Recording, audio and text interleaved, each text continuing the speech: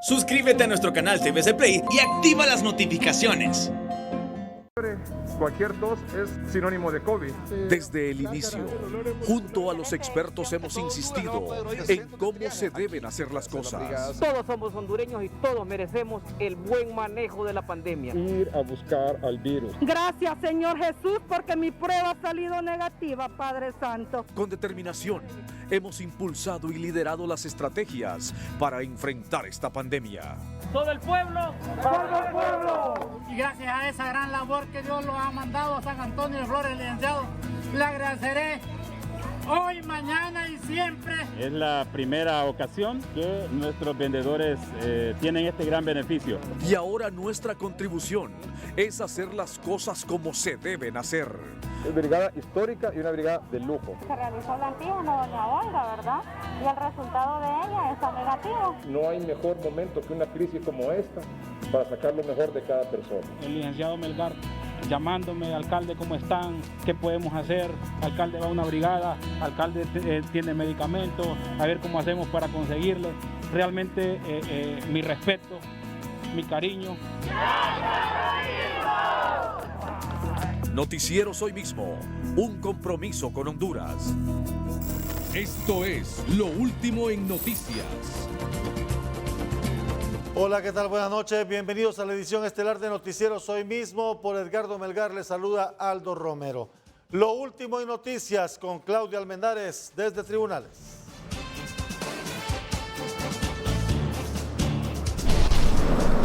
Gracias, Aldo, qué gusto es poder saludarle a esta hora de la noche con una noticia de última hora. Y es que luego que en 2017 el joven universitario Kevin Solórzano fuera encontrado culpable por 2 delitos, por asesinato y por intento de asesinato en contra del exfiscal Edwin Eguigure y su esposa, pues se ha introducido por parte de la defensa un recurso de casación que ha sido resuelto hoy. Y precisamente la Sala de lo Penal de la Corte Suprema de Justicia ha decidido absolver de responsabilidad penal al joven universitario. Escuchemos a continuación a Melvin Duarte, portavoz de la Corte Suprema de Justicia. En las últimas horas, la Sala de lo Penal de la Corte Suprema de Justicia, luego de conocer en recurso de casación la causa contra el ciudadano Kevin Joshua Solórzano Hernández, por mayoría de votos absolvió de responsabilidad penal al procesado por los delitos de asesinato y tentativa de asesinato por los cuales fue acusado en el mes de noviembre de 2014. La defensa técnica del imputado, luego de la sentencia condenatoria dictada en febrero de 2017, interpuso 6 motivos de casación, 3 por quebrantamiento de precepto constitucional y 3 por quebrantamiento de forma, los cuales fueron analizados por la Sala de lo Penal. De acuerdo a lo que establece la sentencia, esta sala hizo una detallada revisión del proceso valorativo de la debida motivación, del razonamiento, de la carga probatoria como elementos integrantes del derecho fundamental denunciado como infringido. El Tribunal de Casación, como resultado de este análisis, señala la existencia de argumentaciones judiciales contrarias a los principios y reglas que componen la sana crítica como modelo de un correcto razonamiento humano, señalando concretamente los argumentos judiciales que considera fueron viciados. Aldo, precisamente porque no hay unanimidad en esta sala, es que pasa esta resolución al Pleno de la Corte Suprema de Justicia, el que definirá precisamente si se absuelve y que salga en libertad el joven universitario o no. Con esta información voy a regresar con usted.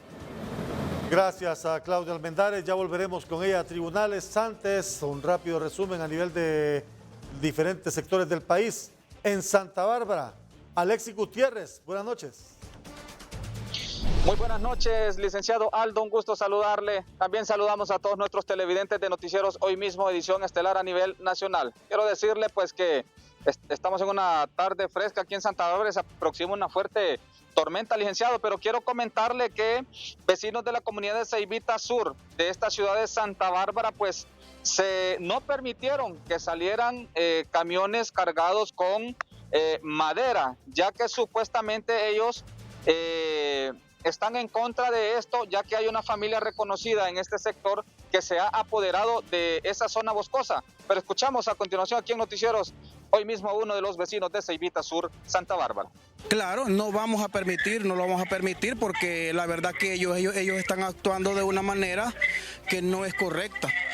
ellos saben de que no tienen por qué tomar posesión de esta bosque, de la madera que está muerta, de nada, porque aquí lo único derechosos somos nosotros y por eso no lo vamos a permitir. Que esta es una zona muy boscosa que estamos observando. Sí, esta es una zona boscosa que, pues imagina desde cuántos años pues nosotros fuéramos ya la hubiéramos destruido, pero nosotros la cuidamos. Quiero decirle, licenciado Aldo, televidentes de Noticieros Hoy Mismo a nivel nacional, que más de 50 años llevan estas familias o estos pobladores de Ceibita Sur luchando en contra de esta deforestación que se da en ese sector. En vivo desde Santa Bárbara y junto a nuestro compañero Cristian Molina en cámaras, este ha sido nuestro informe, licenciado Aldo. Retorno con usted hasta Tegucigalpa. Buenas noches. Buenas noches, Alexis Gutiérrez de Santa Bárbara a Ciguatepeque. Omar Valenzuela, buenas noches. Buenas noches, Aldo Enrique Romero. Buenas noches, televidentes de Noticieros Hoy Mismo. Este día pues, nos hemos desplazado hacia varios sectores de la ciudad de Ciguatepeque, donde las lluvias han hecho estragos en las diferentes vías de comunicación en las comunidades y donde los transportistas piden a las autoridades la pronta reparación debido a que tienen varias unidades dañadas debido al mal estado de las calles. Escuchemos al transportista Jonathan Bonilla. Tenemos problemas, ¿verdad?, con la cuestión de las calles, que no le están dando el debido mantenimiento. Y esperamos, ¿verdad?, que las autoridades sean presentes para que las reparen. De momento ningún acercamiento con ellos, pues sabemos que el alcalde ha estado mal de salud, pero ya se incorporó nuevamente y esperamos, ¿verdad?, que él tenga conciencia de la situación que estamos pasando nosotros los transportistas, que las calles están bien deterioradas. Así es, Omar. Bueno, en el caso mío tengo un bus dañado ahorita porque me quebró una hoja de resorte. No lo hemos podido arreglar por lo mismo, por la situación de las calles. Así es, nosotros siempre hemos colaborado en ese aspecto, pero bueno, no se alcanza, Omar, porque a veces la misma gente no es consciente. Bueno, las personas deben de ser conscientes también de poder hacer su parte, las cunetas en todos estos sectores. Hay que destacar también de que las lluvias han sido fuertes, incluso recién acaba de pasar una fuerte tormenta en la ciudad de Ciguatepeque y que las calles no pueden ser reparadas. Pero también es excusa para darle respuesta a todos los pobladores o los usuarios del transporte, como también los transportistas, de que exigen o que piden al menos a las autoridades que su pronta reparación. Desde aquí, desde el barrio centro de la ciudad de Ciguatepeque, vuelvo con usted, Aldo Enrique Romero, estudios principales de sus noticieros Hoy Mismo. El precio de los combustibles es presentado por Didemo. Marca tu historia con una moto Honda. Didemo, distribuidor exclusivo de la marca número 1 en el mundo. El precio de los combustibles en Tegucigalpa: gasolina super 21.57 lempiras, gasolina regular 19.75 lempiras, diésel 16.26 lempiras, queroseno 11.09 lempiras, gas vehicular 38.17 lempiras, gas LPG 236.31 lempiras. El precio de los combustibles en San Pedro Sula: gasolina super 21.08 lempiras, gasolina regular 19.26 lempiras, diésel 15.76 lempiras, queroseno 10.59 lempiras, gas vehicular 34.58 lempiras, gas LPG 236.31 lempiras.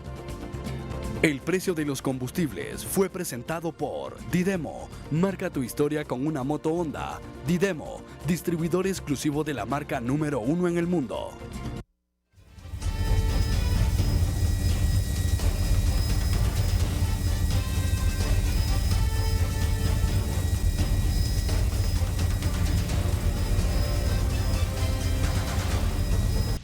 Las noticias cortas son presentadas por la Super Recarga, la mejor opción para estar conectado con más gigas, todo incluido desde 25 lempiras. Tigo, en todo lo que te mueve.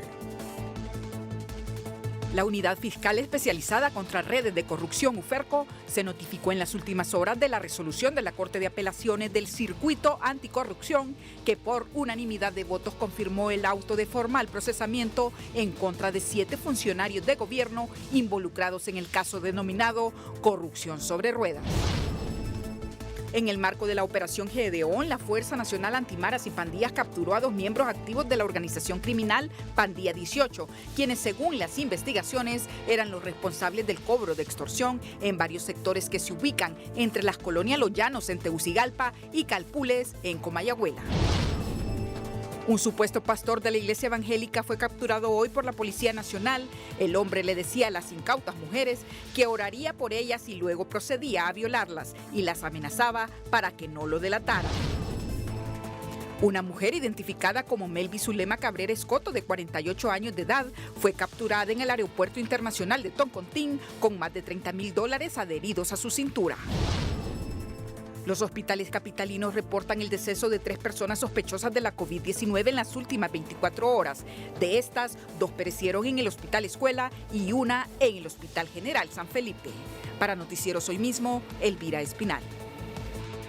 Las noticias cortas fueron presentadas por la Super Recarga, la mejor opción para estar conectado con más gigas, todo incluido desde 25 lempiras. Tigo, en todo lo que te mueve.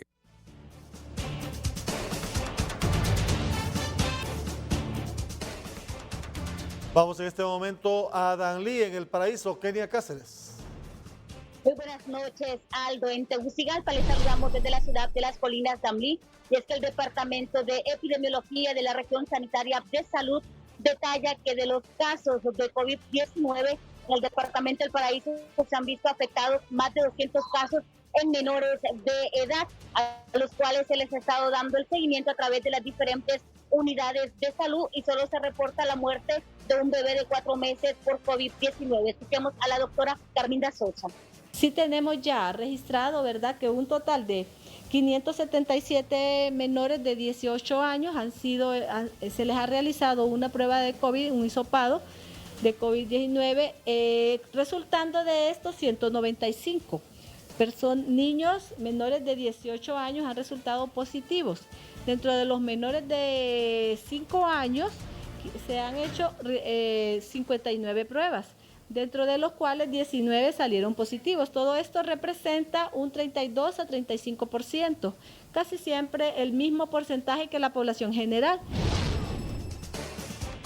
Es así que la Galena detalla que con esto queda evidente que los menores también son presa de lo que es el COVID-19, por lo cual hay que mantener todas las medidas de bioseguridad. Con esto retornamos con usted hasta Tegucigalpa. Buenas noches. El precio del dólar y el euro son presentados por Tigo Money. Realiza tus transacciones de manera rápida y segura. Marca asterisco 555 numeral o descarga la app. El precio del dólar, Honduras.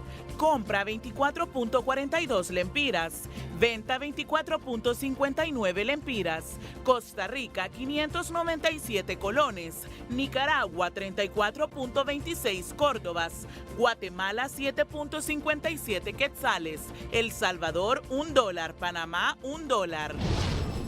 El precio del euro, Honduras.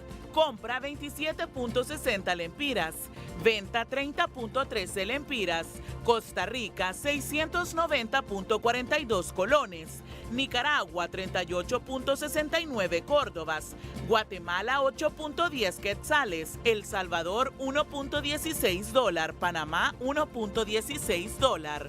El precio del dólar y el euro fueron presentados por Tigo Money. Realiza tus transacciones de manera rápida y segura. Marca asterisco 555 numeral o descarga la app. Vamos a La Ceiba. Nahum Monge, buenas noches.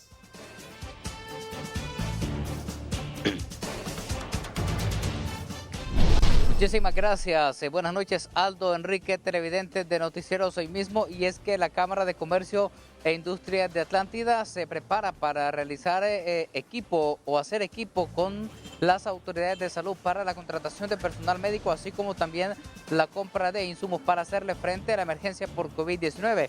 Jimmy Benítez, quien es director ejecutivo de la Cámara de Comercio e Industria de Atlántida, platicó más temprano con nuestro compañero Gustavo Bustillo. Escuchemos.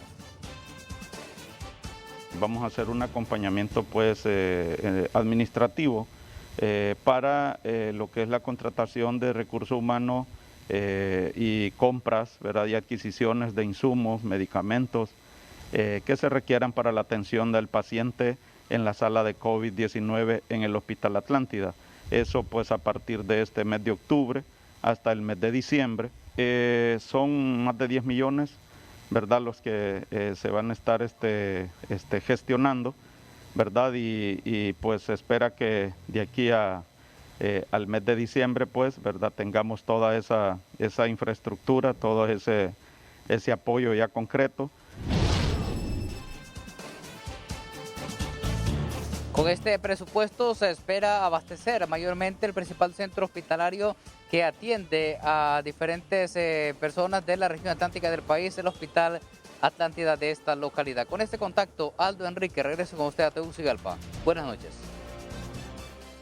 Gracias a Naúm Monge desde La Ceiba. Vamos en este momento con Jason Maldonado y una noticia positiva, un camarógrafo emprendedor. Jason Maldonado. La noticia positiva es presentada por Claro Empresas. El mundo está cambiando y también su forma de trabajar. Por eso le ofrecemos servicios digitales y los mejores planes corporativos. Muy buenas noches, Aldo Enrique Romero, televidentes de Noticieros Hoy Mismo. Si se quiere, se puede. Ese es el ejemplo de Roberto Cárdenas, que nos acompaña en este momento debido a la pandemia del COVID-19. Fue despedido de un medio de comunicación aquí en la zona norte del país y él dijo, no me quedo ahí, Roberto, emprendo mi propio negocio y ahora es un éxito aquí las pupusas, la Copaneca en San Pedro Sula. Así es, gracias a Dios que pues a raíz de que nos despidieron, pues decidimos emprender con mi esposa, que es la que tiene el talento, y pues aquí estoy apoyándola. Ahí estamos saliendo adelante los dos, poco a poco. Les ha ido también que ahora tienen un amplio menú, hay pupusas de todo tipo. Tenemos 16 especialidades, gracias a Dios, y pues también enviamos a domicilio. Lo importante, Roberto, es que la gente no se desanime y diga yo puedo emprender tal y como ustedes lo han hecho. Así es, la cuestión es no desanimarse, ¿verdad? Tener fe en Dios, que vamos a salir adelante y pues echarle ganas, eso es lo que queda. Y para que le hagan los pedidos, ¿cómo lo pueden hacer? ¿A qué número de teléfono? Sí, se pueden comunicar al 8858-3218, que es el número telefónico de aquí de la pupusería, y nosotros con gusto le mandamos el pedido hasta su casa. Al final, extraña las cámaras, pero también ama su negocio ahora. Claro, las cámaras eran una pasión para mí, también la edición y todo eso, pero bueno, al no haber empleo, ¿verdad? Entonces hay que emprender. ¿Cuál es su sueño con la empresa ahora que tiene ahora? Bueno, el sueño de nosotros con mi esposa es crecer más, crecer más y pues llegar a tener un local propio. Estas palabras de Roberto Cárdenas, camarógrafo que ahora se ha convertido en un emprendedor más de nuestro país, y es por eso que hay que apoyarlos aquí, principalmente en la zona norte del país. Vean ustedes, pupusas de todo tipo para los amantes de las pupusas, Aldo Enrique Romero, Mayra Lucía y a todos los compañeros en máster, para que cuando vengan a San Pedro Sula puedan disfrutar de las pupusas La Copaneca. Con esta importante información, yo retorno con usted a estudios principales. La noticia positiva fue presentada por Claro Empresas. El mundo está cambiando y también su forma de trabajar. Le ofrecemos las herramientas de transformación digital que su empresa necesita.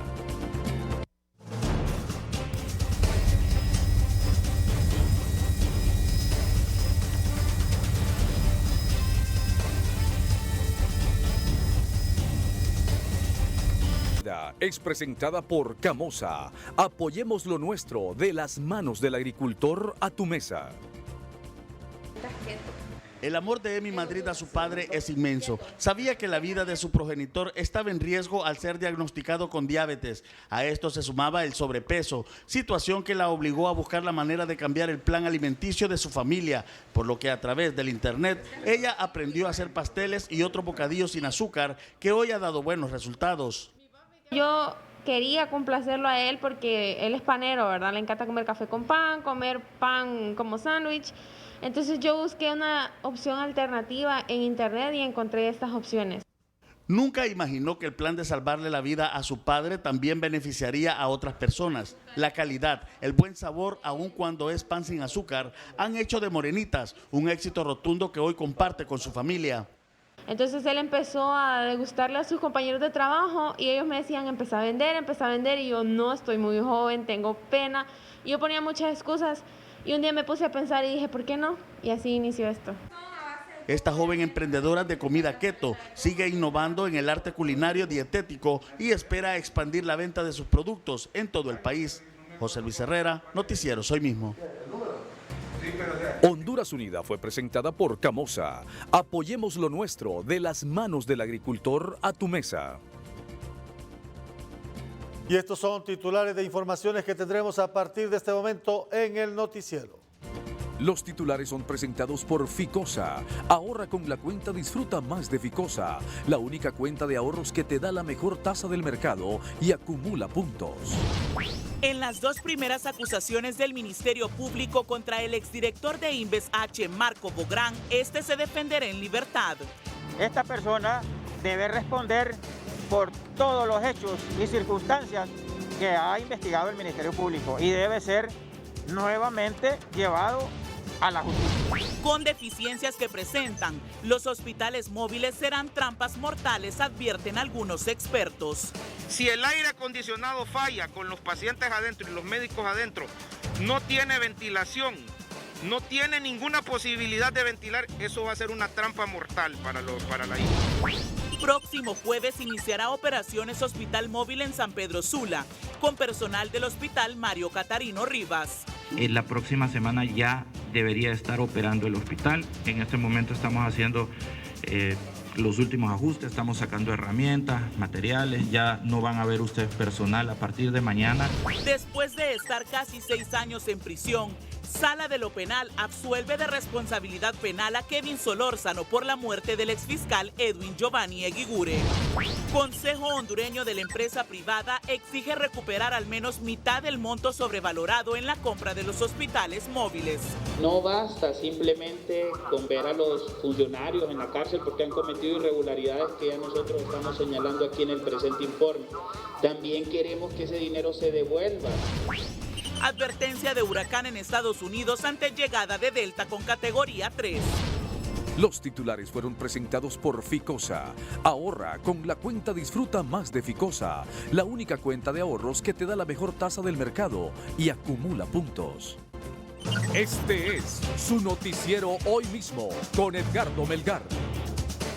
Entre las protestas de ciudadanos que exigían justicia frente a los tribunales inició hoy la audiencia inicial contra el exdirector de Inves Marco Bográn y el administrador Alex Moraes, acusados por el Ministerio Público del supuesto delito de malversación de caudales públicos. Esta es la noticia del día. Para muchos sectores, el requerimiento fiscal contra Marco Bográn y Alex Moraes debe de ser ampliado para garantizar que se aplicará la justicia. Si a criterio del señor juez considera de que esta persona se debe defender en libertad, ¿verdad?, no es menos cierto de que el peso de la carga de la prueba la tiene el Ministerio Público y por consiguiente son ellos los que deben hacer más acusaciones ante el juez competente para que se le sigan deduciendo responsabilidades criminales contra esta persona.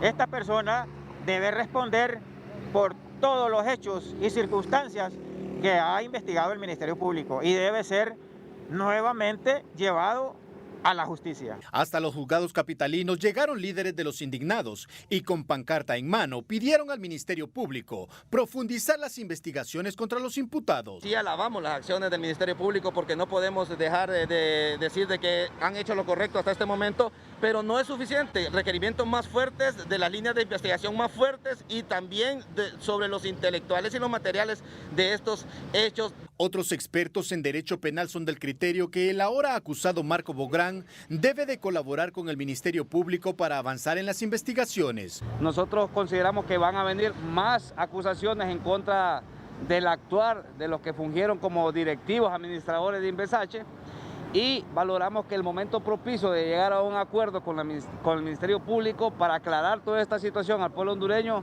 es ahora. Si el señor Bográn no llega a un acuerdo en estos momentos, déjeme decirle que se le va a complicar la situación y podría estar enfrentando posiblemente entre 4 a 8 requerimientos fiscales. A la fecha, contra el exdirector de Inves H se han presentado 2 requerimientos fiscales en los que se le supone responsable de los delitos de malversación de caudales públicos y violación a los deberes de los funcionarios. Olman Ucles, Noticieros, Hoy Mismo. Al concluir esta audiencia inicial, a don Marco Bográn y al señor Alex Moraes se les dictó auto de formal procesamiento con la medida de arresto domiciliario, es decir, se defenderán en libertad. En vivo desde tribunales, Claudia Almendares. Nuevamente es un gusto saludarle, Aldo. Así es. en vivo de tribunales, en donde hace algunos instantes por ese portón ha salido el exdirector de Invest y también el administrador de Invest, luego de concluidas 2 audiencias. La primera, la que ya comentaba mi compañero Olman Uclés, por el delito de malversación de caudales públicos, por la que se le ha dado, según el juez ha dictado un auto de formal procesamiento, pero se le han otorgado medidas sustitutivas a la prisión preventiva, lo que significa que puede defenderse en libertad. Luego de concluida esta primera audiencia, Marco Bográn se presentó a una segunda audiencia, que se trata de una audiencia de declaración de imputado por el delito de violación a los deberes de los funcionarios, según lo indicaba el Ministerio Público, por haber otorgado un contrato a su tío, precisamente para la construcción del predio en donde se ubicará el hospital móvil cuando llegue precisamente el hospital móvil en Copán. En este caso también se han brindado medidas sustitutivas a la prisión preventiva, pero en el primer caso le comento, Aldo, que entre las medidas estaba una fianza, el pago de una fianza de cerca de 100.000 lempiras, que a esta hora ya ha sido cancelada y por lo tanto hoy mismo serán excarcelados ambos funcionarios de Invest. Escuchemos a continuación lo que dice el abogado defensor de Marco Bográn, porque incluso dice que van a pedir conciliación con la Procuraduría General de la República para evitar procesos judiciales. Escuchemos. Nosotros vamos a intentar una conciliación porque, como le digo, este delito no permite la detención judicial. Entonces, no hay forma pues de que ellos quieren detenidos. No es que se está buscando impunidad ni nada con esa aclaración, ¿verdad? El proceso apenas comienza. Va a haber una audiencia preliminar y el juicio sigue, el juicio continúa. Por el momento ellos van a ser oídos en libertad, nada más. Las fianzas fueron 100.000 lempiras cada uno, que ya fueron depositados en el Banco Central de Honduras. Ya fueron depositados y se está tramitando la libertad de nuestros representados. Aldo, que por este primer caso en el cual el Ministerio Público, donde se acusa al señor Marco Bográn y también a Alex Moraes por malversación de caudales públicos, ¿qué es lo que sigue? Sigue una próxima audiencia, hablamos de la audiencia preliminar, en donde se determinará si este caso se apertura a juicio oral y público. Esto deberá cumplirse en los próximos 60 días. En el segundo caso, que es el que solamente involucra al exdirector de Invest, Marco Bográn, por el delito de violación a los deberes de los funcionarios, existe ya una nueva fecha para audiencia inicial. Precisamente será el próximo 19 de octubre que deberá de presentarse a esta nueva judicatura para poder someterse a esta audiencia inicial, obviamente defendiéndose en libertad según lo ha dictaminado este juez que conoce la causa. A esta hora de la noche entendemos que los abogados ya se encuentran en el primer batallón, en donde solamente permaneció por espacio de 48 horas el señor Marco Bográn y también Alex Moraes, precisamente para hacer toda la documentación correspondiente y ser excarcelados esta misma noche. Aldo. Bueno, gracias a Claudia Almendares. El comunicado emitido, el boletín informativo emitido por el Poder Judicial sobre este caso, dice lo siguiente: auto de formal procesamiento con la medida de arresto domiciliario para exfuncionarios de Invest. Un juez de letras penal dictó auto de formal procesamiento a los ciudadanos Marco Antonio Bográn Corrales y Alex Alberto Moraes Girón, acusados por el delito de malversación de caudales en perjuicio de la administración pública. Cabe señalar que el juez resolvió de acuerdo a lo que establece el artículo 372 del Código Penal de 1983, norma vigente al momento que sucedieron los hechos. De igual manera, el ente acusador del Estado ratificó la acusación bajo esa premisa. A los encartados se les impuso la medida cautelar sustitutivas contenidas en el artículo 173, numerales 5, 6, 7, 8, 9 y 10, considerando que el tipo penal no acarrea una pena de reclusión y de igual manera el ente acusador no hizo valer ningún otro medio de prueba para agravar la situación penal de los indicados que ameritare la prisión preventiva. Estas medidas consisten en que los encausados quedarán bajo el cuidado y vigilancia de sus apoderados legales, la prohibición de salir del país, la presentación ante el juzgado cada 15 días, la prohibición de acercarse a las instalaciones de Invest H la de comunicarse con empleados de Invest H y así como una fianza depositaria por la cantidad de 100.000 empiras. Y en el caso de don Alex Moraes, se determinó suspenderlo del cargo en Inversiones Estratégicas de Honduras. Esta fue la noticia del día. Los hospitales móviles, con todo y sus fallas, son cajas móviles, trampas mortales y todo eso es un viejo contenedor. Así lo dicen algunos expertos que incluso son focos de contaminación y riesgo para el personal médico. Los hospitales móviles presentan más de 50 fallas, al grado que tienen un alto nivel de peligro para pacientes y médicos, aseguran expertos en salud. Definitivamente, así con todas esas fallas que estuvimos leyendo ayer en el informe, es imposible que eso se pueda poner a funcionar. Aparte de que no son nuevos, aparentemente todo eso es viejo, pero con solo el hecho de que usted no tenga la parte del oxígeno, que no tenga las medidas de bioseguridad, que va a fallar o han encontrado fallas con el sistema eléctrico, que no pueda usted asegurar que va a haber una protección para el paciente, para el personal de salud que va supuestamente a elaborar, eso no se puede poner a funcionar. Usted puede inclusive estar siendo un caldo de infecciones cruzadas en esas cajas de metales. Y imagínense, esto es lo que está en Turquía supuestamente. O sea, yo creo que con este dictamen de las cosas que fueron a ver es algo imposible que lo puedan comprar. Yo creo que definitivamente sería lo peor y es hasta ridículo pensar que puedan traer estas hueseras que no sirven a hacerlas funcionar a nuestro país. Algunas de las fallas son en la unidad de cuidados intensivos y esto no permitiría el tratamiento para pacientes COVID-19. Sin embargo, sí hay partes, especialmente aquellas partes con respecto a la unidad de cuidados intensivos, que son las que en realidad me preocupan, porque algunas de estas situaciones podrían ser extremadamente peligrosas, diría yo, tanto como para los pacientes como para los médicos. Lo que me llama muchísimo la atención, entre otras cosas, es el hecho de que la mezcla de gases vaya por una sola línea. Esto podría condicionar a una condensación de gas que, como todos sabemos, al condensarse se convierte en líquido, lo cual significaría una contaminación por parte de los ventiladores con agua, lo que indudablemente los echaría a perder por completo. La otra es la falta de un sistema de presión negativa adecuado, es decir, un verdadero aislamiento de los pacientes en la unidad de cuidados intensivos. Otros galenos manifiestan que estas compras son un engaño y sería un riesgo trabajar en ellos. Todavía yo sigo insistiendo que no es un hospital para COVID, es un hospital con espacios reducidos. Ahí usted, en los módulos donde las camas están pegadas, si usted tiene un paro cardíaco, ahí no va a poder hacer ninguna maniobra porque no hay forma de desplazar las camas. Ahí ustedes pueden ver, habían 57 fallas que están presentes en estos hospitales. Y de conocedor de hospitales, no metan en una trampa, escuche bien el día que se lo estoy diciendo. Si el aire acondicionado falla con los pacientes adentro y los médicos adentro, no tiene ventilación, no tiene ninguna posibilidad de ventilar, eso va a ser una trampa mortal para la I. Por eso es que no es para esa patología, porque cuando son otras patologías, usted anda así, mire cómo ando yo, incluso sin mascarilla. Así son las otras patologías. Lógicamente en una pandemia todos tenemos que andar con una mascarilla N95 y protegidos, pero cuando usted le falla el aire acondicionado con los trajes EP3 como astronauta, eso es mortal, usted se va a deshidratar.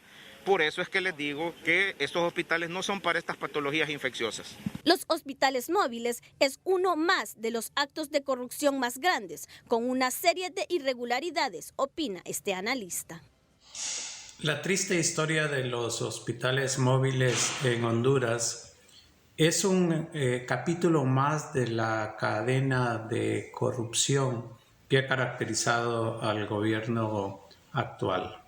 La serie de irregularidades que se cometieron en la compra de estos hospitales, el hecho de que hasta la fecha no estén funcionando y la sobrevaloración de los mismos que han sido establecidos en dos estudios, uno hecho por el Consejo Nacional Anticorrupción y el otro hecho por ASJ, nos muestran realmente el grado de impunidad que ha existido en nuestro país. La Asociación para una Sociedad Más Justa lamenta que los técnicos no se hayan abocado a Axel López, porque Honduras tendrá el problema cuando quiera hacer un reclamo. Es importante también aclarar que los técnicos de Invest se dirigieron y abordaron al fabricante. El intermediario es Axel López, que brilla por su ausencia aún, y eso es algo que hay que llamar mucho la atención, porque el gobierno en algún momento va a tener que tomar una decisión clara para actuar en contra de Axel López y buscar cómo poder obtener alguna indemnización por el daño que ha causado. Recordemos que son 40 millones de dólares, unos 1.400 millones de lempiras. El COET también hace señalamientos en los cuestionados hospitales móviles. Lo que pedimos es sinceridad. Nosotros hemos escuchado de varios médicos que estos hospitales no son para COVID. No le demos un uso forzado para una atención que no va a ser. Ya la compra mal hecha ya se hizo. Si los hospitales son buenos para la atención de otro tipo de enfermedades, pues utilicémoslo para lo que sean buenos, pero no forcemos simplemente para justificar la compra, utilicemos estos hospitales para la atención de la enfermedad COVID. Entre las fallas de los hospitales están construcción deficiente, contenedores en mal estado, sistema eléctrico inadecuado, fallas en ventilación, fallas en generación de oxígeno, no hay tensores de unidad de cuidados intensivos, entre otros. Isis Ramírez, Noticieros Hoy Mismo.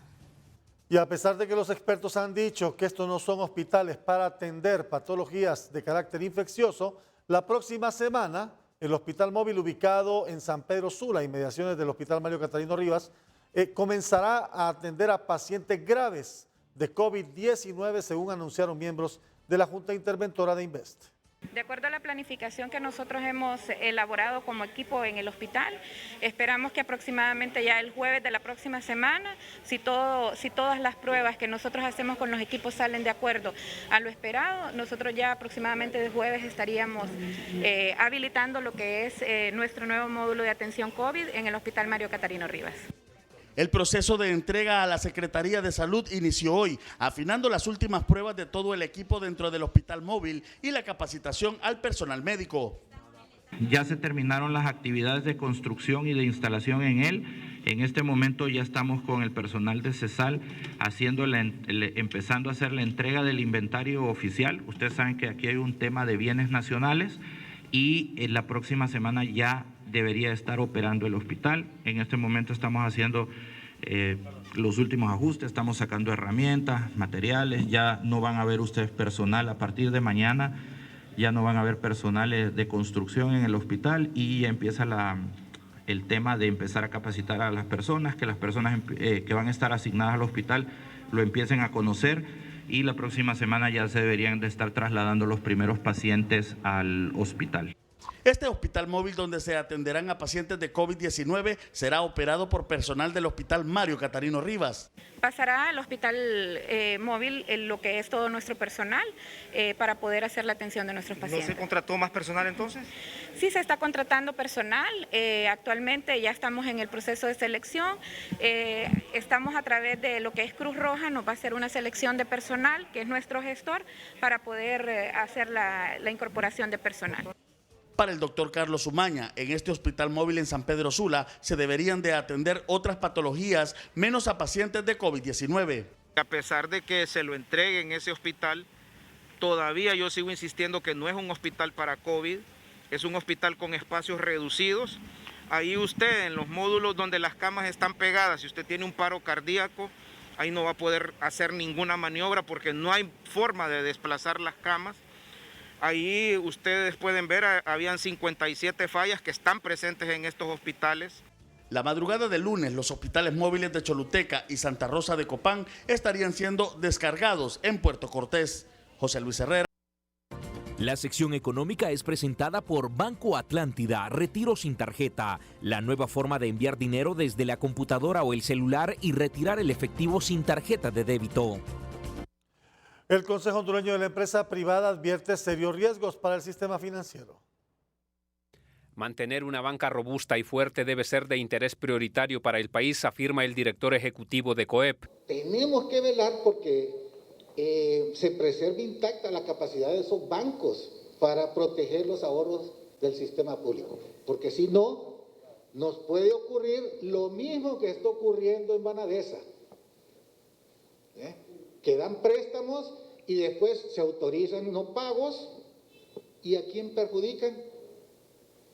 Al presupuesto de la República. Y es que el gobierno ha hecho un llamado a la solidaridad de la banca privada. Según este miembro del Comité Central del Partido Nacional, eso beneficiaría al mismo sistema financiero. Seamos pragmáticos. ¿Qué pasa si la micro, pequeña y mediana empresa desaparece en el país? Desaparece la banca también. ¿Qué pasa si los que van y piden préstamos no pueden pagar? Desaparece la banca también. Entonces entendamos que este es el momento en el que todos nos tenemos que amarrar un poco la faja. A través de un proyecto de ley se pretende que la banca no penalice con intereses moratorios a los deudores del sector turismo, uno de los más afectados por la pandemia. Ahora bien, preguntémonos, si es tan bueno ese proyecto, ¿por qué los bancos del Estado no condonan las deudas a sus afiliados? Porque quebrarían el sistema. Y ustedes han escuchado si el gobierno condonó los impuestos. ¿Será moral eso? El COEP rechaza la intervención del Congreso Nacional en una responsabilidad que compete al Banco Central y a la Comisión Nacional de Bancos y Seguros, pero este economista difiere de los empresarios. Debido a que no existe también voluntad en cierta medida del sistema financiero para poder inyectar la liquidez necesaria, a pesar de que ya también se ha tenido instrumentos de la política monetaria para darle una mayor liquidez al sistema financiero y este se ha trasladado a los rubros económicos. Urtecho afirma que el COEP no respalda leyes que violenten los principios de la libertad de empresa. Eddie Quintero, Noticieros, Hoy Mismo. La sección económica fue presentada por Banco Atlántida. Envía dinero a tu familia o amigos para que lo retiren en un ATM o multi-ATM Atlántida sin necesidad de tarjeta de débito. Al regresar de la pausa, los números hablan por sí solos. Los datos salvan vidas. Con el doctor Omar Videa analizamos cómo está la pandemia en la semana 30. Doctor, buenas noches. Muy buenas noches, licenciado Aldo Romero. Estamos listos y preparados para llevar a los televidentes la información en relación al análisis de lo que nos ha dejado la semana epidemiológica número 30 con COVID-19 que ha concluido el día de ayer. Después de la pausa con el doctor Omar Videa.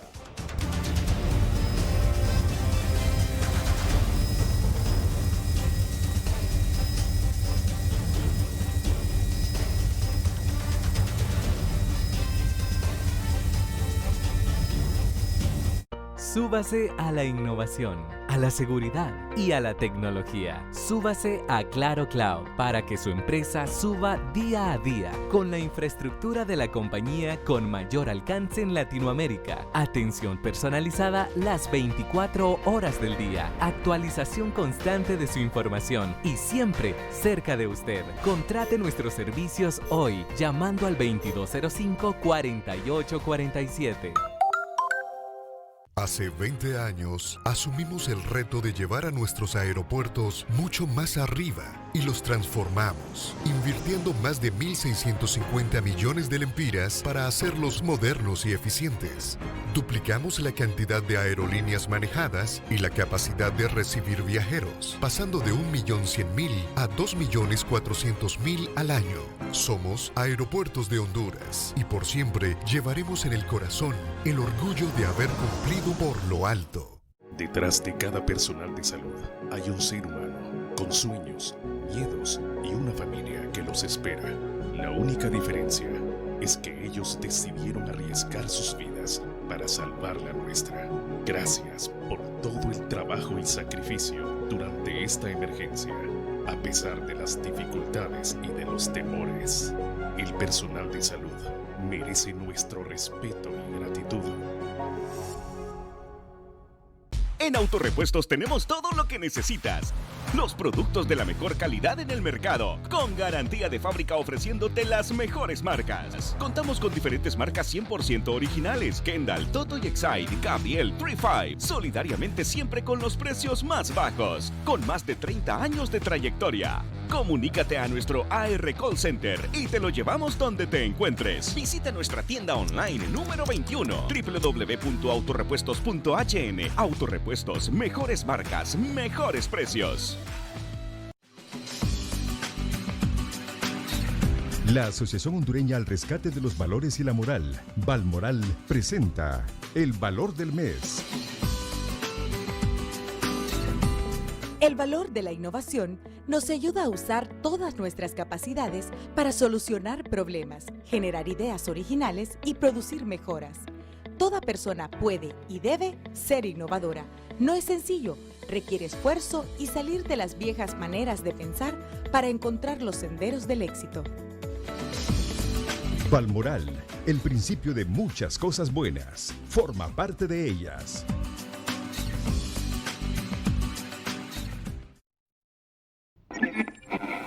La noticia en vivo nació aquí. Última hora en HRE.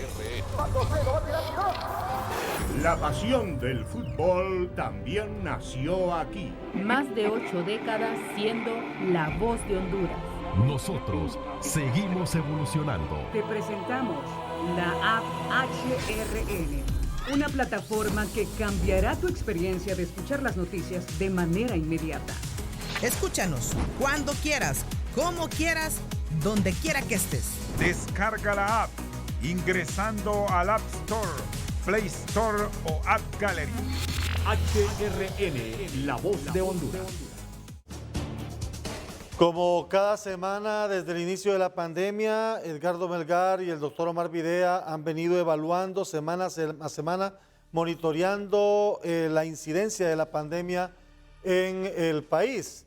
Bueno, hoy estamos con los datos, los hallazgos a la semana epidemiológica número 30 del COVID-19 en Honduras. Hoy me toca acompañarlo a mí, doctor Omar Videa. Me toca acompañarlo a mí. Es un gusto. Y hablar un poquito para de estos. conversar sobre esto. Gracias. Por supuesto. Hallazgos sin duda alguna que son importantes, relevantes. Usted los va a ir evaluando, pero a mí ya me preocupó, por ejemplo, que Comayagua ya ocupa el segundo lugar en tasa de letalidad. Ya vamos a llegar a eso. Pero nos gustaría que en efecto usted pudiese contarle al país qué hallazgos tenemos a la semana epidemiológica número 30, doctor. Sí, correcto, licenciado Aldo Romero. Ya estamos en las vísperas para llegar al 7º mes ya de COVID-19, a tan solo 3 días, donde los días miércoles cumplimos semana epidemiológica de la enfermedad. Recordemos que esta enfermedad tuvo su primer caso detectado el miércoles 11 de marzo y a la fecha ya casi contabilizamos 7 meses y 30 semanas exactas de pandemia, a la cual hemos titulado el día de hoy "Los números hablan por sí solos. Pandemia en ascenso". ¿Y por qué lo basamos en esto? En los siguientes datos que a continuación les vamos a presentar, donde vamos a iniciar analizando el porcentaje de casos de COVID-19 por departamento en Honduras en lo que ha sido las 30 semanas. Como puede ver, está graficado por las regiones, las 6 regiones que componen el país, donde vemos que en este momento el departamento de Cortés continúa liderando la pandemia con un 30% de todos los casos que se han reportado hasta la fecha, seguido por el departamento de Francisco Morazán con un 26%.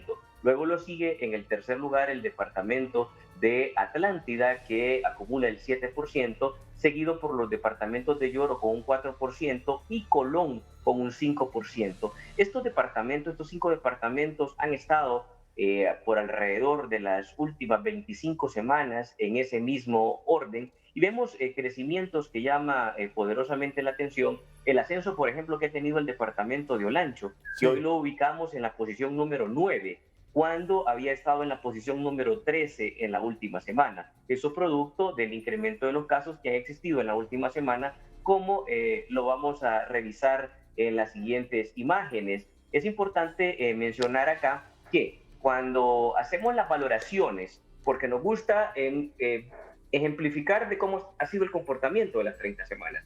pero también es importante mencionar cómo se está comportando en la última semana la pandemia, hacia dónde está el crecimiento. Pues bueno, en ese mapa que usted puede visualizar y la teleaudiencia de hoy mismo, ve que el primer lugar en el número de casos en esta semana que recién concluyó es el departamento de Francisco Morazán con 888 casos, seguido por el departamento de Cortés con 726 en el segundo lugar. En un tercer lugar, que hemos venido comentando con usted, licenciado Aldo Romero, desde el inicio de la semana. Le mencionaba que Copán tenía 2 semanas consecutivas estando en los primeros 5 lugares de las últimas semanas. En esta, que recién concluyó el día de ayer, ocupa el tercer lugar el departamento de Copán en el número de casos. 412 casos. Y acordémonos de todas las limitaciones que hay desde el occidente del país para poder movilizar todas esas pruebas para ser procesadas. Pero a pesar de todas las circunstancias, la positividad es muy alta en el departamento de Copán, que aún con la distancia está en el tercer lugar en esta semana en el número de casos. En un cuarto lugar, el departamento de Atlántida, que ha sido desplazado del tercer lugar, que ha mantenido a nivel del conteo de las 30 semanas, y sin descuidar también el departamento de Olancho. 2 departamentos que no aparecen en la contabilidad de los primeros 5 en el acumulado de las 30 semanas. Pero en los últimos días estamos viendo que estos 2 departamentos están ocupando los primeros 5 lugares, y así se ha visto reflejada en esta semana número 30. Por ende, el llamado a la atención en este momento es a prestar todo el apoyo para estos 2 departamentos que ya lo hemos venido anunciando, y esperamos que en Copán no se vayan a dar los hechos que hemos visto en el departamento de Olancho hasta la fecha. Sí. La gráfica que viene es interesante porque vamos a distribución de casos por edad, y aquí vamos a encontrar hallazgos también interesantes, doctor. Correcto, un hallazgo importante, hay que recordarle a la población que en Honduras las edades que mayor contagio tienen son las que están comprendidas entre 21 y 40 años, que la misma Organización Mundial de la Salud lo establece como el grupo de edad o los grupos de edad de peligro, porque son las personas que son asintomáticas. En esta población se encuentra la gran mayoría, pero también de personas que se contagian, porque tienen un grado de exposición mayor al virus. Estos representan en el país el 46.96%, las personas entre 20 y 40 años. Pero esta población, como vemos y veremos en las siguientes imágenes, no es la población que más fallece, sí es la que más se contagia, sí es la que está llevando el virus a los hogares, porque en la población mayor de 60 años usted puede ver que es el 14.2%, o sea que aproximadamente cerca de 1 a 2 personas de 10 que enferman por COVID-19 son mayores de 60 años, pero casi el 50% está entre las edades de 20 a 40, sin obviar también que la población menor de edad está llegando ya casi a un 10%, un 9.56% de esta población ocupa los casos de COVID-19 en lo que ha sido las 30 semanas acumuladas. Mencionar también que la edad promedio de todos los casos que tenemos a la fecha de los 81.672 que se nos reportó a la fecha de hoy, está 27. comprendida en edades de 37.5 años. Y por ende, ahí está la gran mayoría de personas que se contagian de la enfermedad entre 21 y 40 años. Y ahí es donde yo le quería poner un poquito más de énfasis, porque viendo en los porcentajes de 1 a 20 años, ahí está esa nueva infracción del que usted me hablaba, que es una población importante, hablando de población menor, tomando a los de 18, 19 y 20 en ese rango. Pero es una población importante, ya llegando al 10%, como usted decía. Y es una población, licenciado Romero, que hay que destacar que es una población que no sale de casa, porque entendemos que la circulación es por el dígito de la identidad. Entonces toda esta población es población que está en su casa, que no tiene permitido salir, y que por ende entenderíamos que todos estos menores de edad no salen de sus hogares. Entonces, ¿cómo se infectó a estas personas? Se infectaron porque el virus llegó a sus hogares. ¿Cómo se infectó la población adulta mayor, que en su gran mayoría se ha quedado en casa? Por esa población de 21 a 40 años que está contagiándose y que está llevando el virus al hogar. Hemos visto cómo en los últimos datos internacionales, por ejemplo, en Europa, la mayor foco de contagio son los hogares, con un 30% cuando se les consulta a las personas dónde contrajeron el virus. Entonces, pero es un virus que se importa, es importado generalmente por la movilización que están teniendo las personas en edad productiva, económicamente productiva. Sí, ese grupo de 21 a 40 en su mayoría es asintomático. Vamos ahora a la gráfica de distribución de casos por semana de COVID-19 en Honduras.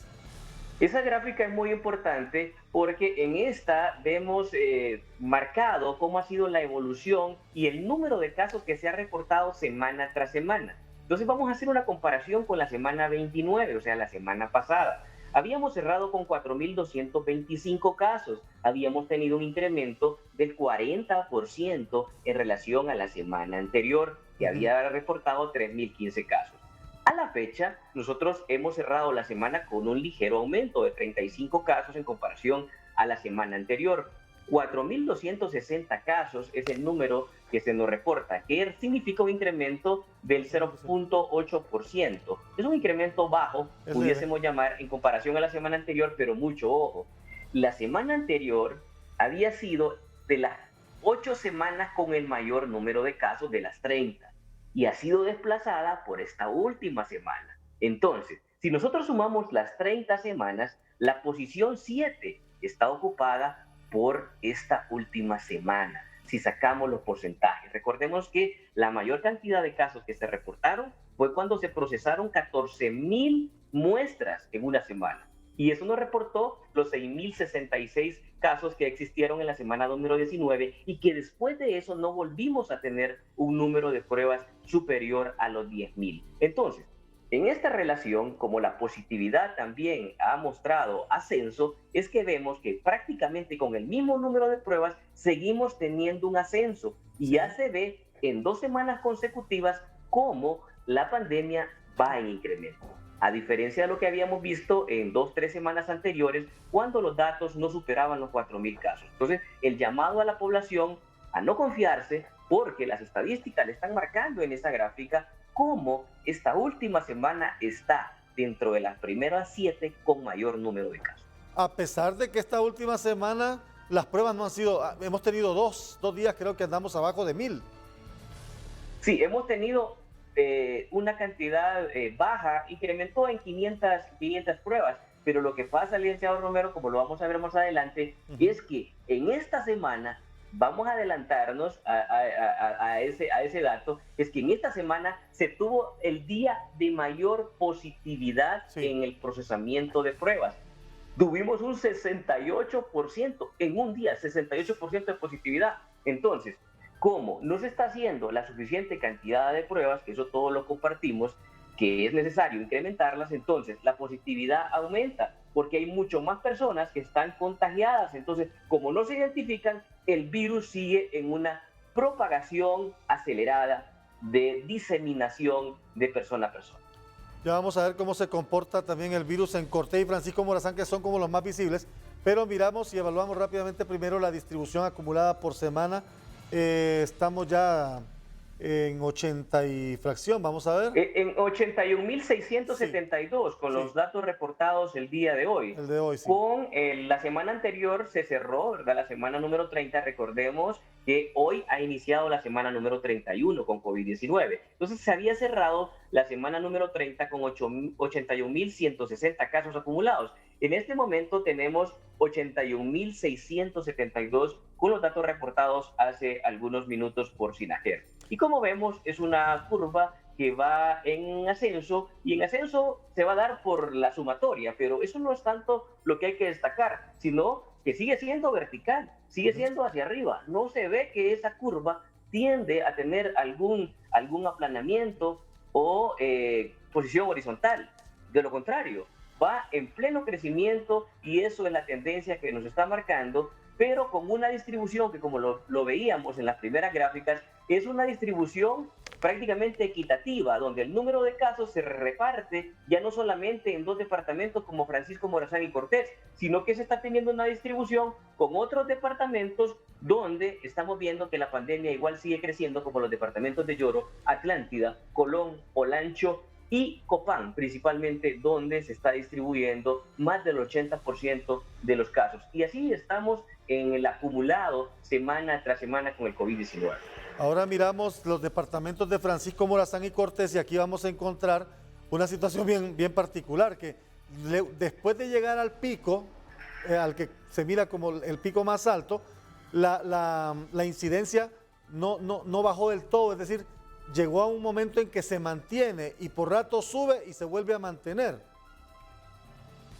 Sí, en el departamento de Cortés, que es la línea roja, vemos que ha sido un comportamiento errático en toda la pandemia.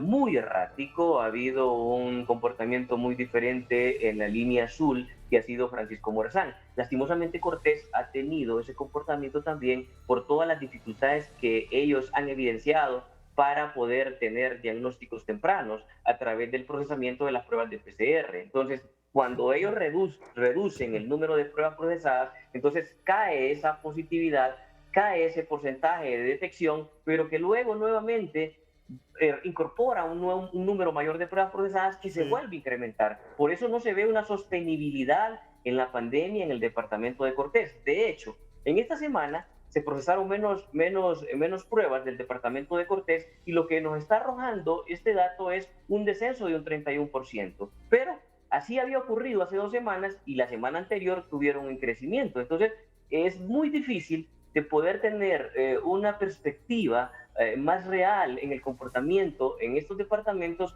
cuando no se tiene un número de pruebas que se procese de manera sostenida, aunque sean insuficientes, pero no se sostiene en los días y no se sostiene en la semana. Pero mucho ojo con lo que ocurre en Francisco Morazán, principalmente en Tegucigalpa, que ocupa y Comayagüela el 92% de todo el departamento. Sí ha mostrado un incremento del 11%. Si visualizamos en las últimas semanas, los conteos en el departamento de Francisco Morazán, por llamar así las últimas 4 semanas, ha sido, venimos de 364 casos en una semana, luego subimos a 740, como se puede visualizar, luego hemos llegado a 796 y en esta última semana 888 casos. Entonces, ¿qué nos está diciendo esta lectura? Que evidentemente el incremento de las personas en los centros de triaje, el incremento de las personas en los laboratorios, tanto públicos y privados, realizándose la prueba de PCR, eso nos está marcando que hay un incremento, igual se ve de manera significativa a nivel de los centros asistenciales de los hospitales nacionales en Tegucigalpa, donde ya no solamente viene gente del interior, sino que ya comienza nuevamente a ver ese porcentaje en ascenso, pese a que los datos, como lo comentamos, son insuficientes, pero reflejan la realidad que está ocurriendo. ¿Y por qué podemos establecer esto? Porque recordemos que en los últimos días se ha mejorado el tiempo de entrega de las pruebas PCR. Entonces, estas personas de Francisco Morazán están teniendo los resultados entre 4 y 5 días, o sea, sí son de esta semana, y sí podemos establecer que hay un incremento de un 11% en esta semana de los casos en el departamento de Francisco Morazán, bajo el argumento de que las pruebas acá se están entregando en este promedio de días que son entre los 4 y 5 días, que representan los últimos 7 días de la semana número 30. Mucho cuidado, mucho ojo a los capitalinos, porque ahí está la evidencia de que la pandemia comenzó a resurgir en el único departamento que sí había mostrado una tendencia hacia el descenso. Sí, ahí es donde se nota la pandemia en ascenso, para ejemplificarlo más claramente. Vamos al tema de la distribución de decesos. Son números fríos también. Desafortunadamente llegaríamos a esta etapa, pero hablemos un poco de la distribución de decesos por semana en Honduras. ¿Cómo estamos en esta semana epidemiológica 30? En la semana número 30 tuvimos el número de 113 decesos, y eso nos da una disminución de 18 decesos menos en comparación a la semana anterior, pese a que se hicieron 500 pruebas más. Y entonces esto es un aliciente, pudiésemos decir así.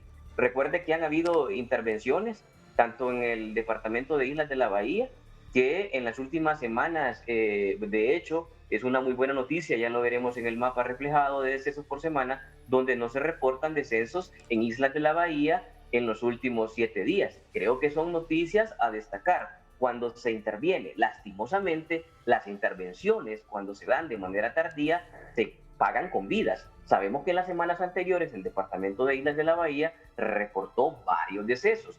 En esta semana que ya se tuvo la intervención, vea usted cuáles son los resultados. La intervención se ve más evidente cuando a nivel de los decesos. ¿Por qué? Porque usted puede parar la contención del número que se está dando de personas a los centros asistenciales. Entre más se hospitaliza, más es el riesgo de fallecer, más es el riesgo de que lleguen personas complicadas. Entonces, en esa distribución de decesos, no ha ocurrido así en el departamento de Olancho, que volvemos a tomar el punto. Si bien es cierto, ya veremos más adelante las tasas de letalidad en las 30 semanas, pero lo que está ocurriendo en este momento, al cierre de la semana número 30, como usted lo ve reflejado, el 15% de los decesos, en el primer lugar, junto al departamento de Cortés, está el departamento de Olancho, que reportaron de los 118 fallecidos, 17 del departamento de Olancho y 17 del departamento de Cortés. Sí. Estos dos departamentos acumulan el 30% de todos los decesos de la última semana. Entonces,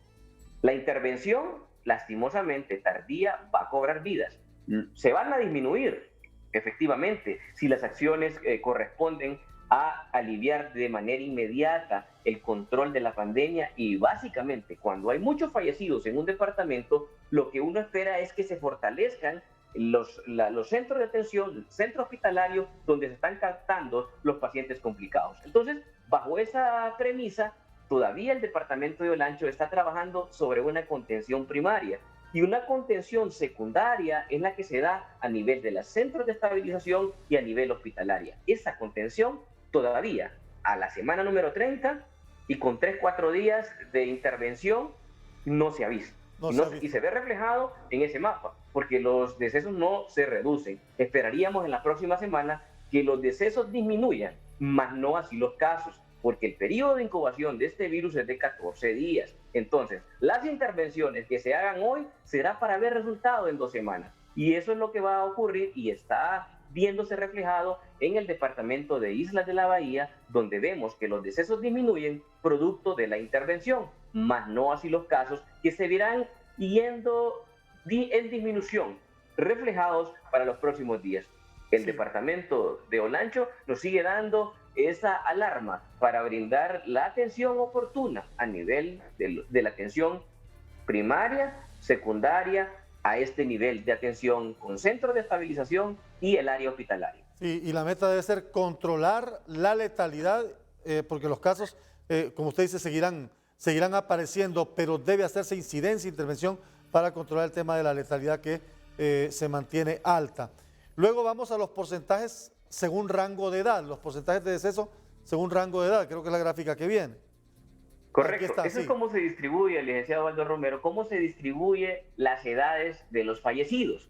Y recuerde que el 14% eran las personas que enfermaban mayores de 60 años, pero cuando toca contabilizar los fallecidos, es el 60.5% de los mayores de 60 años. Vea cómo se invierte esa relación.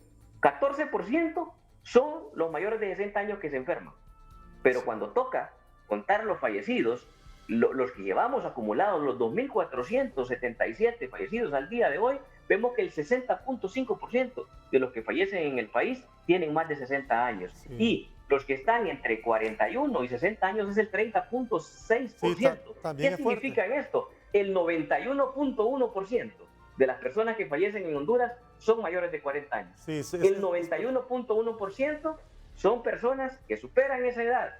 Y solo un 8%, un 8.9% de los casos son menores de 40 años. Entonces, la mortalidad se incrementa desde los 40 años en adelante. Sí. Y vemos cómo 9 de 10 personas que fallecen en Honduras tienen más de 40 años.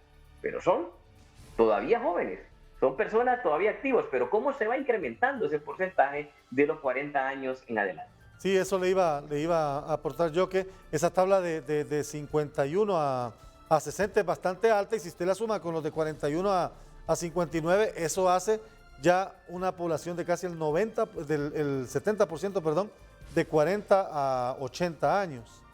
Y en el porcentaje por letalidad del departamento, yo le decía, me preocupaba que Comayagua ya es el segundo en letalidad, y esta situación debe preocupar, y ahí es donde entra lo que usted decía.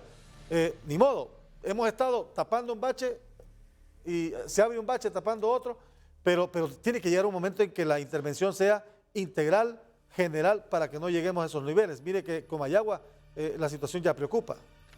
Sí, licenciado Aldo Romero, vea, yo siento de que esto no ocupa ciencia, o sea, con esta gráfica usted le dice cómo va a intervenir. Sí. Yo pienso que no se necesita ningún ser técnico ni epidemiólogo para darse cuenta. Los colores rojos son los que presentan una letalidad más alta de la letalidad nacional, que es del 3.02%.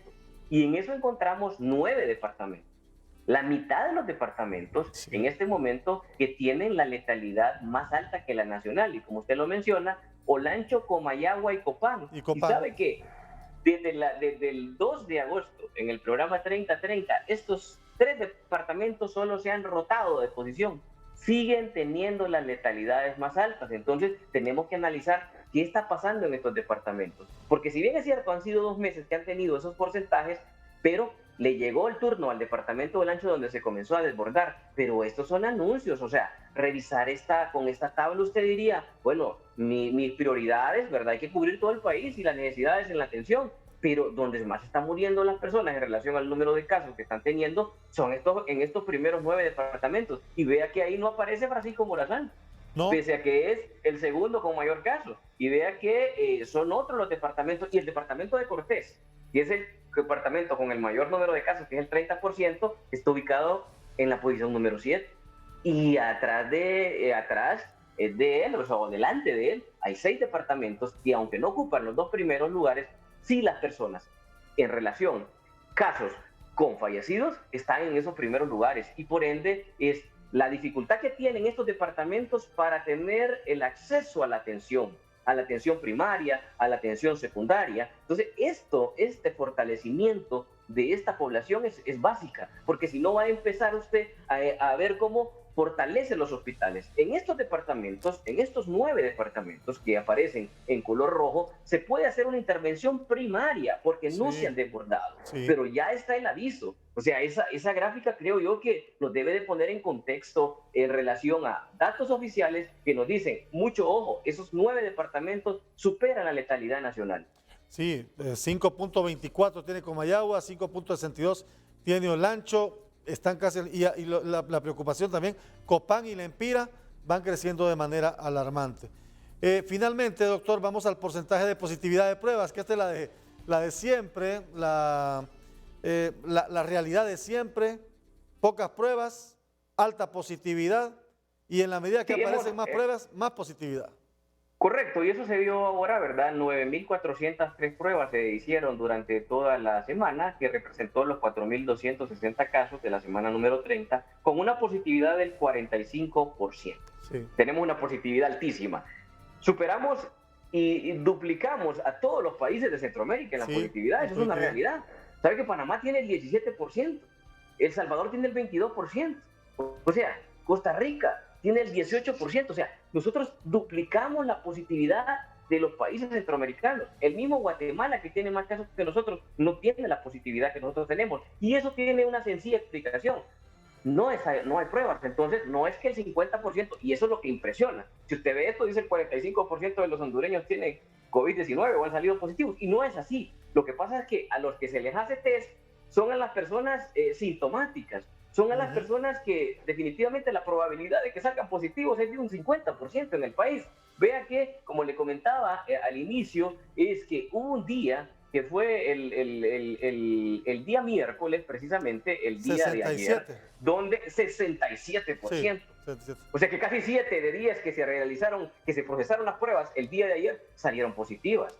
¿Y de dónde son esas pruebas? Generalmente son del interior del país, porque en el interior está muy firme, muy afianzado el COVID-19. Entonces, al que le hacen pruebas, tiene una alta probabilidad de salir positivo. No tenemos la capacidad todavía de testear como tamizaje, sino que prácticamente son casi seguros a los casos a los cuales se le realiza la prueba. Y es por ende que tenemos que hacer el llamado de lo que ha sido este análisis de la semana número 30, de continuar con las medidas de bioseguridad, recordarle a la población que existe una vulnerabilidad hacia el contagio cuando usted se debilita al no portar una mascarilla o se la quita en lugares inadecuados. Sí. Cuando está en lugares donde hay un distanciamiento menor de 2 metros, se incrementa el riesgo. Donde está o cuando está en lugares cerrados y con poca ventilación. Y cuando supera un tiempo mayor de 15 minutos en un lugar cerrado, eso se duplica la posibilidad de contagio.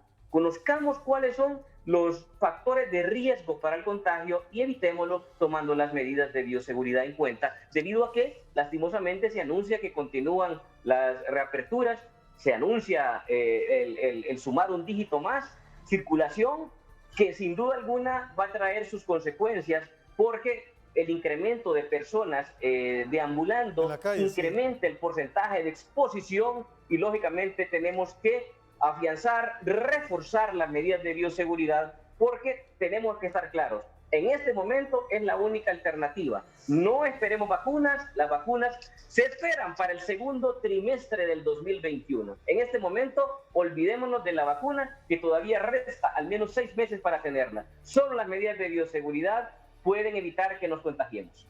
Así están los números, la pandemia va en ascenso, tendremos seguramente más espacio para seguir evaluando con el doctor Omar Videa los datos, así entramos a la semana 31. Gracias, doctor. Mucho gusto y feliz noche.